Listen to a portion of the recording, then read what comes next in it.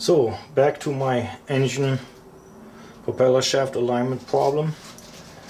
I finally got it figured out. There's a few things I had to do.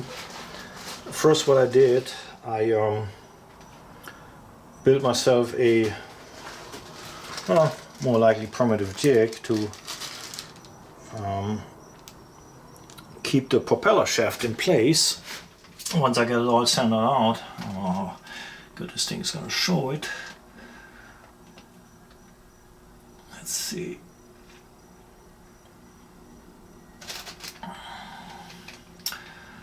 So yeah, it's not all that fancy. Don't have to be. Basically, I had an old propeller shaft laying around, so I drilled a hole as just the same size of the propeller shaft into a piece of wood, cut it in pieces, and make myself a clamp that basically just clamps around the whole propeller shaft.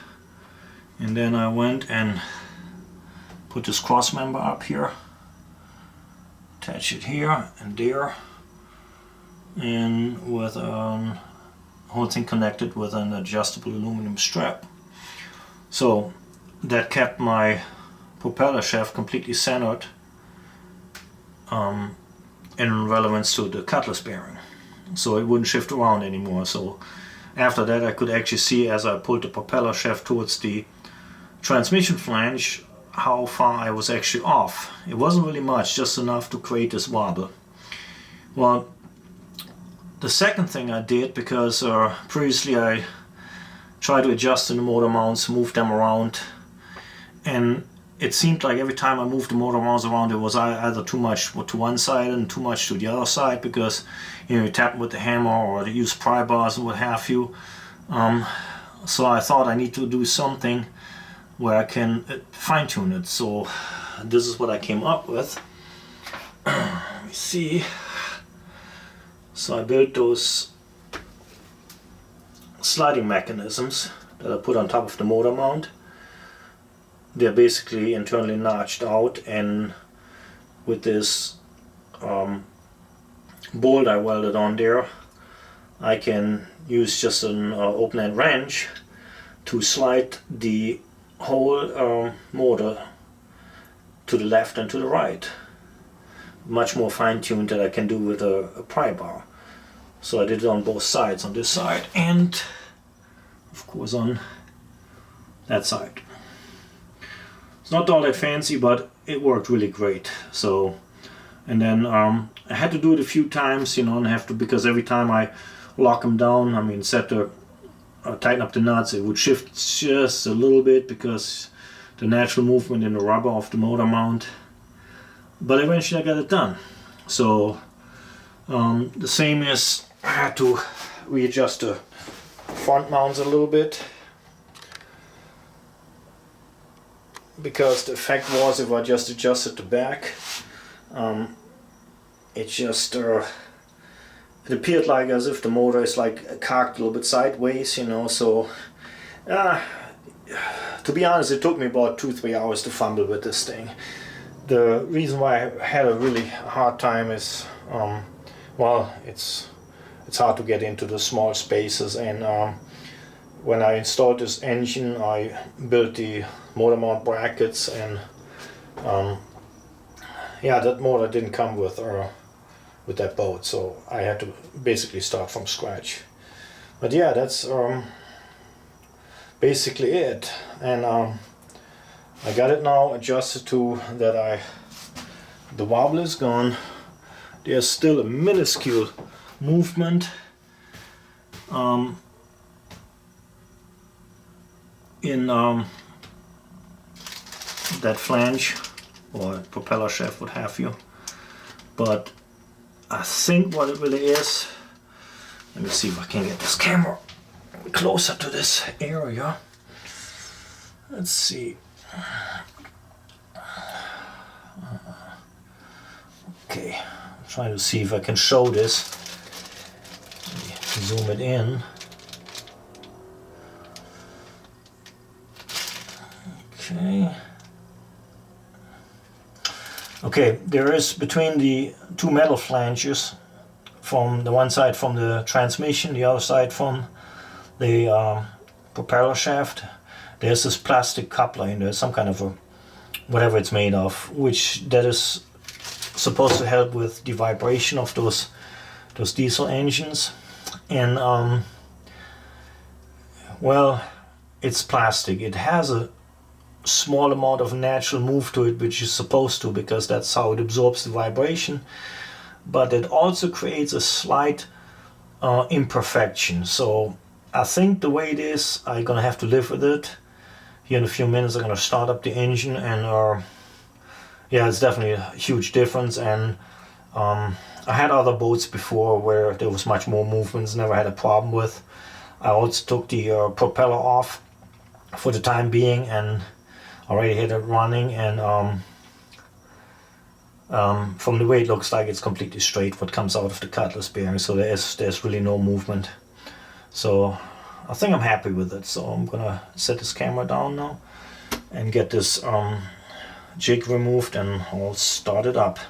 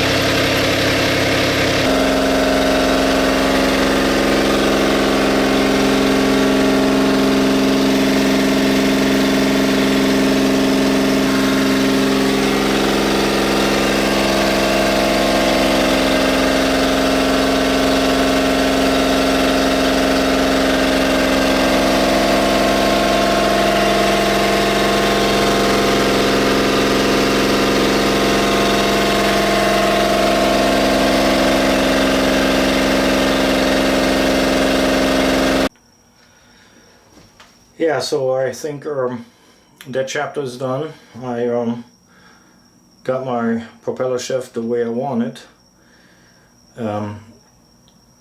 There's still a little bit of movement, there's a little bit of shaking, but I really kind of blame that on the engine shaking, because they do shake at idle, even though I set the idle up already higher than it usually would be. But as everybody can see, once I speed the engine up and I sped it up to about 2000 RPM, that's usually what you probably want to run them anyways, you know, if you're underway.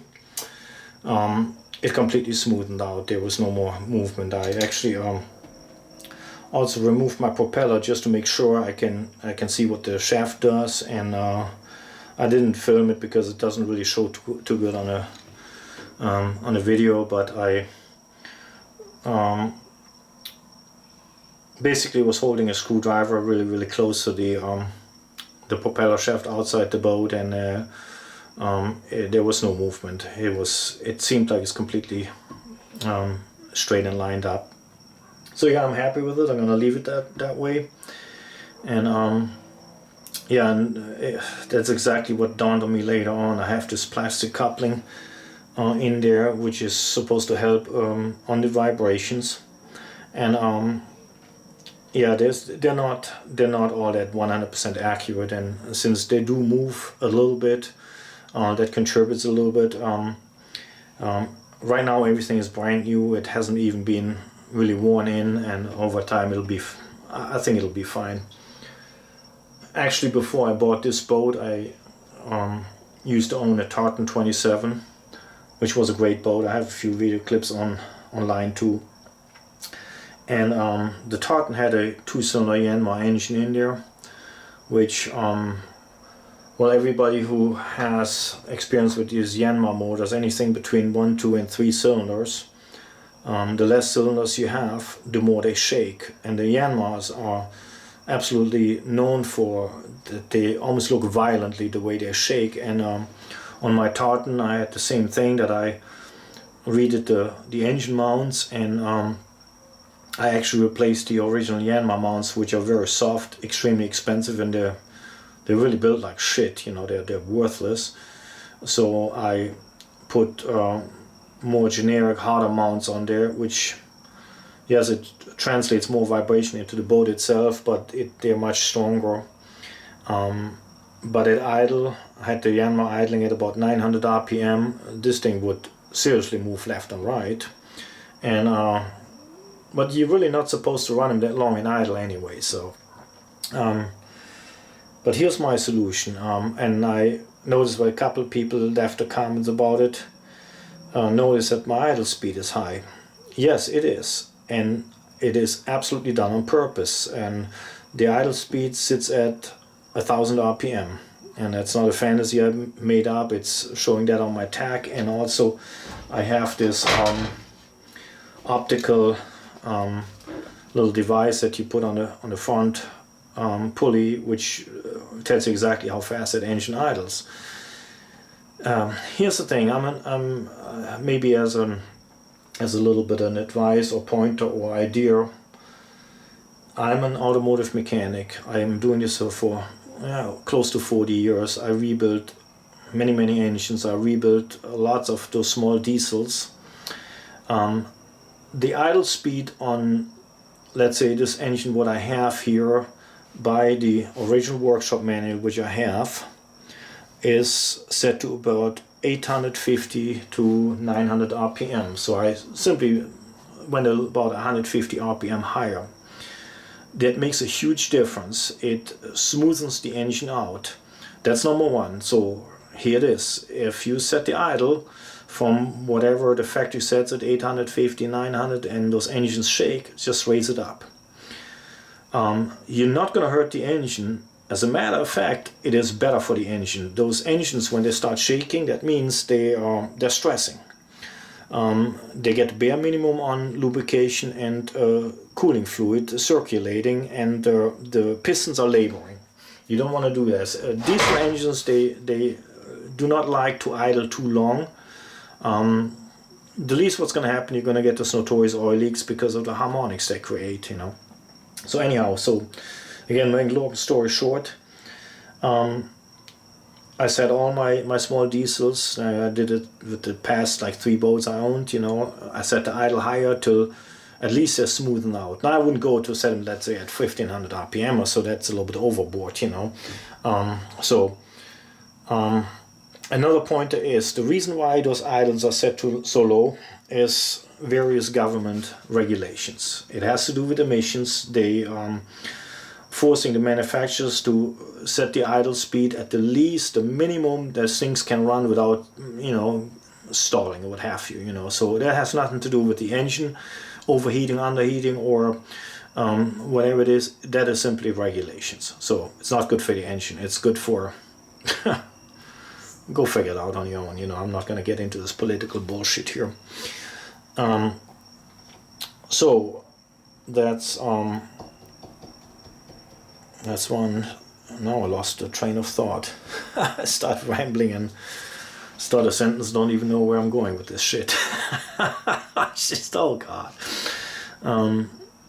So yes, oh yeah, that's what I want to say. So for all of you people who have Yanmar engines, they're shaking the most. So the 1 cylinders, the 2 cylinders, and the 3 cylinders, they're absolutely notorious. And a while back I rebuilt a 3-cylinder Yanmar engine for, well, he's somewhat of a friend, and he bought the boat, and he, you know, went after to some long trips, you know. He did the Great Loop, and so he wanted the engine 100%. And also what he did, he bought this special coupling. This is a company, I forgot now the name, I really don't want to advertise for him. So he bought this thing, and then this is made as it's some kind of real fancy contraption. Cost like $600 or $700. I mean, it's insanely expensive, but it was specifically developed for those small diesels to help with the lateral movement on the drive shaft, on the propeller shafts. It basically, I call it a cutlass bearing saver or something, you know.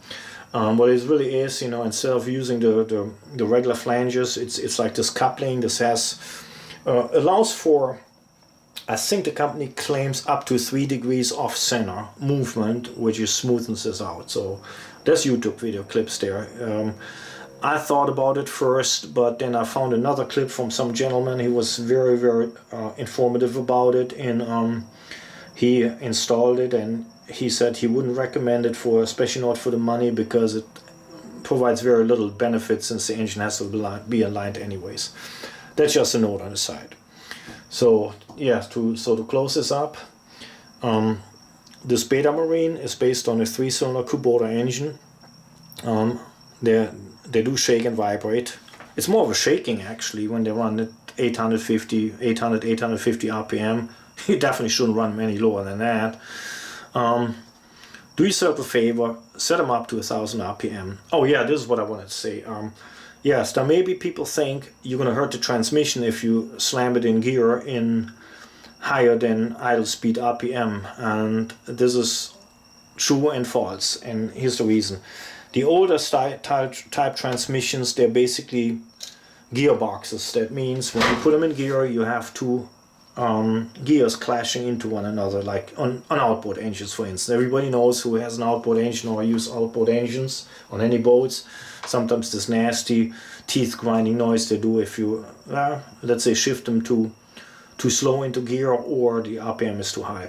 So the transmission on my engine is basically it's kind of a wet clutch system. Most of those modern transmissions, especially the Hertz, and in my case it's an PRM, it's some English-made transmission that Beta Marine supplies with those engines, where they're almost like on-the-fly shifting transmissions. There's well, you could technically shift them under full RPM. You know, this is designed that way for, number one, is it engages much softer, and that could be handy in an emergency. You know, I mean, you never know if you have to all of a sudden reverse your boat for whatever reason, and you just get in distress and just want to hammer it in reverse or whatever. You know, but anyways, yes. So for just to cover this, because I know the comments are coming, which is I appreciate it, you know, but rest assured it won't hurt those transmissions, the ones with the wet clutches, because they are soft engaging, and no matter what you do to them, you know. Besides that, 150 more RPM than what the engines are factory set, it will definitely not be noticed on the transmissions. Well, to close this, no, the engine will not wear out faster by raising the RPM. The more fuel consumption is minuscule. You probably never ever gonna notice any measurable difference in it. Besides, how long were you gonna idle your engine anyways? Get it warmed up, put it in gear, get away from the dock, and turn it back off and get the sails up. That's the idea, right? So no, the engine, yeah, definitely will not wear out quicker. As a matter of fact, it's probably gonna last longer, you know. And think about that. Look at that generator. An average diesel generator runs continuously with 1800 RPM, some of them even 3600 RPM, depends on what they are. So same engines, no difference. Okay, but anyways, that's enough for this. I am extremely happy I got this done. It took me about at least 2-3 days fumbling. I knew what I'm gonna face on it because I've done it before a few times, and it's just type of work I really hate doing. It has to be done, and that's that. And the next thing is, I guess I'm gonna have to build on my engine compartment. I'll keep new videos posted, and well, thank you very much for watching my video, and good luck to everybody who's in the same boat, so to speak, like I am. Bye for now.